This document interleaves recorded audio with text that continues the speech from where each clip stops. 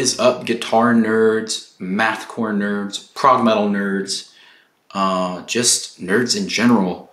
Welcome to the channel. Today we are going to go over that little piece of music from the beginning of this video. I'm calling it TI-83 because it reminds me of a graphing calculator. Ha ha ha, very funny. Ha ha ha ha ha. So anyway, let's get into it. So the little jam starts off with some chord stabs, which are just flat fifths. Ooh, spicy. And then there's a scalar run, right? And then a little tapped thing. Hey, by the way, there's tabs, link for tabs down in the bottom. So the key thing here is sort of there's a call and response. I do this chord step, scalar run, tapped thing, and then it's kind of back into something that's a little bit slower. And kind of the voices keep changing and what I'm doing keep changing. To this thing.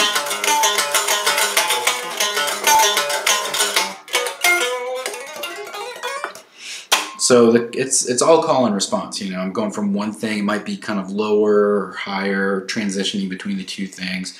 It's pretty much just call and response with odd meters and fast licks, you know. That's one way to think about it. So finally, after I get through with all of that mayhem, I get into this groovy.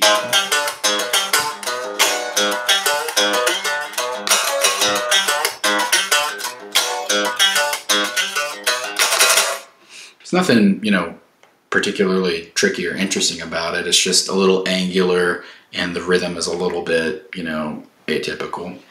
And then I go into this chuggy chuggy.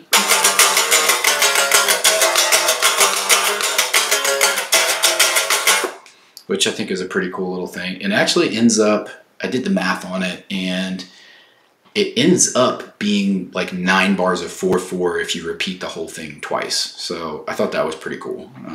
But how does that help you? I don't know, but there you go.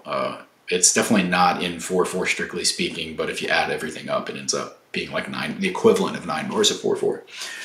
So after we get done with all of that stuff, I go into this little chordy thing, which it's actually just 3 chords.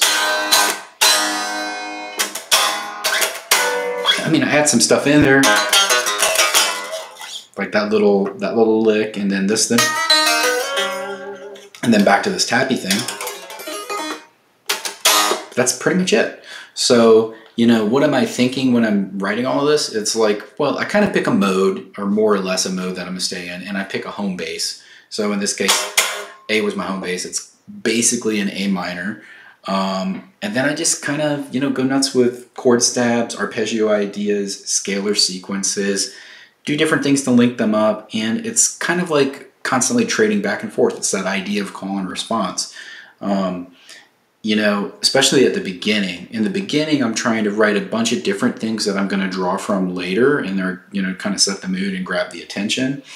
And then, you know, after that, I'm kind of like verse, chorus, verse, you know, let's write something cool. So that chuggy chuggy thing, I mean, it's just power chords. I could have done.